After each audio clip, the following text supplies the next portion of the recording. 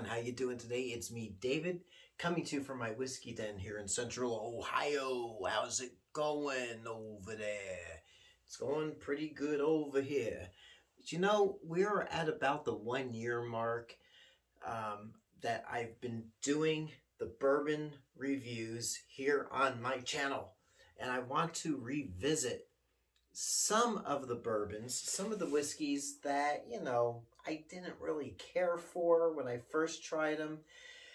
See if my opinions changed, because I have learned quite a bit doing these videos, even though even though this is the least watched bourbon review channel on YouTube.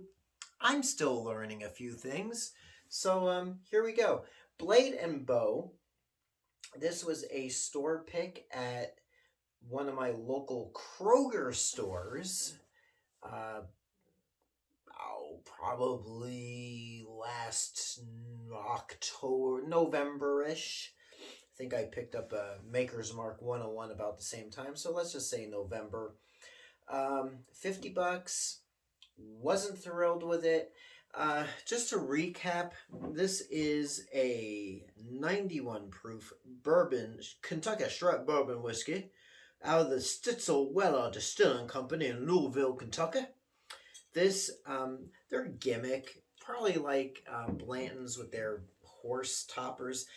These, although I don't know what they do, except for the decor, these have these little keys on here. Now, Blade and Bow, they named the bourbon this because of the 5 keys that were used at the distillery, and you have 5 different keys on each bottle. So this one's key number 5, and it's like the old trading stamps. You collect the keys and you trade them in for, I think, a glass, probably one of these whatchamacallit glasses. What do they call them? The Glencairn glass with, I don't know. But I'm not going to spend $250 for a $10 glass. Well, that's a retail price. Like a 59-cent glass. So, we're in it not for the gimmick, but for the bourbon. I will say there's no age statement on it. There is no mash bill on it. The other gimmick, I'm going to say it's a gimmick. They say that they use the Solera process, which basically means that you got your barrel of bourbon.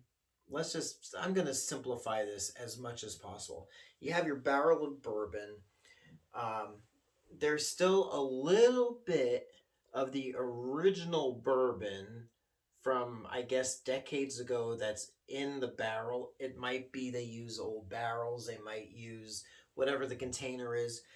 And there's still a little bit of that. So that's supposed to make this bourbon better. But I was not impressed with it when I first tried it.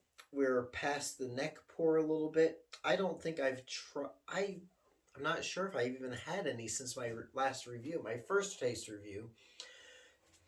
Let's see what we got. All right, we're going to get our nice glass here. I'm feeling, I don't know why I'm using my shirt. Feeling a little festive. You probably thought I was going to do a review of a pina colada or a Margarita, not Margaritaville. But I'm not. I'm doing the bourbon. Okay, so let's see what we got going on here.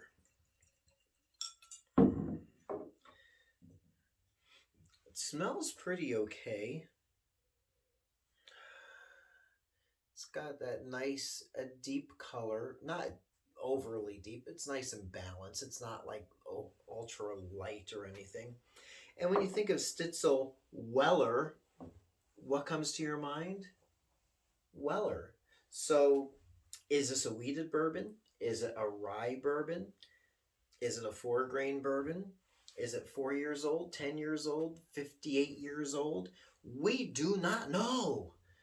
Diego, go Diego, go. Diego, who owns the conglomerate corporate entity that owns Stitzel Weller,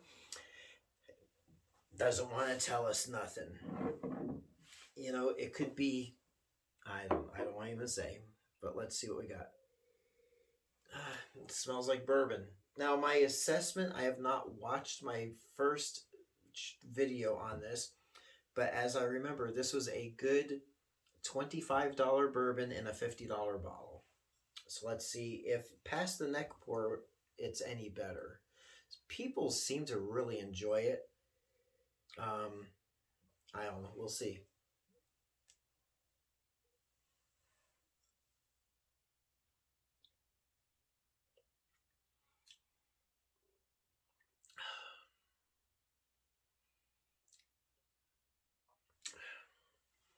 Do get, despite my face, my facial expression, I do get a lot of sweetness up front.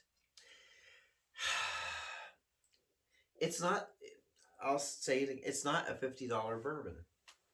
In a way, it kind of reminds me of like old granddad. You know, this calls for just a little taste. Because this could be a high rye bourbon. Let's check the old granddad bonded. I mean, the color of the blade and bow is darker.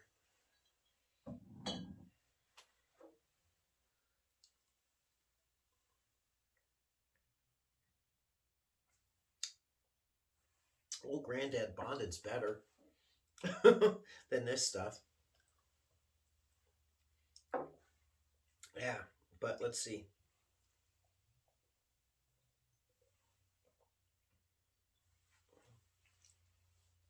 Oh. It's like really ethanol-y. It's I've never done this. It's like drinking ethanol. Like the stuff that you put in your gas tank ethanol. It's not good. I mean, it's not even a good 20. I mean, I'm going to downgrade it. It's like drinking Jim Beam. I mean, how do people go gaga over this stuff? I mean, okay, granted, all of our tastes are different. But man, I mean, I don't know. It's not... I don't know. It's... If you want something good, I mean, even the Jim Beam Double Oaked is pretty good. I may compare the two of these. I don't know. Yeah, save your money. If you're going to spend $50 on bourbon, man, get like a bottle of Old Granddad Bonded and get a bottle of Larceny or Rebel 100, and you'll be saving a few Johnnies. Yeah, if you see JTS Brown Bottled and Bond, grab a few of those for that price. Or grab a Michter's. I mean, the Michter's about the same proof as the Blade and Bow. So much better and a few Johnnies cheaper. So, man, yeah, that's going back on the shelf. This is nice shelf dressing. I don't even want to use that in an infinity bottle. I feel really bad just holding on to that, but it makes nice shelf dressing. So it's not one of my go-to bourbons by any means, for the sake of the fact that, I mean, I paid so much for it. To me, it's quite a bit of money, but I'll finish that a little bit and call it a day. So there you go. That's my honest opinion, my assessment, and hopefully I can help steer you in the right direction. So still not a fan. I love the packaging. I do like the gimmick, but the juice inside just doesn't deliver for the price. So there you go. Until next time, it's me, David, coming to you from my whiskey den here in Central Ohio. I hope your next pour is your best pour. We'll catch you soon. Thanks so much for watching.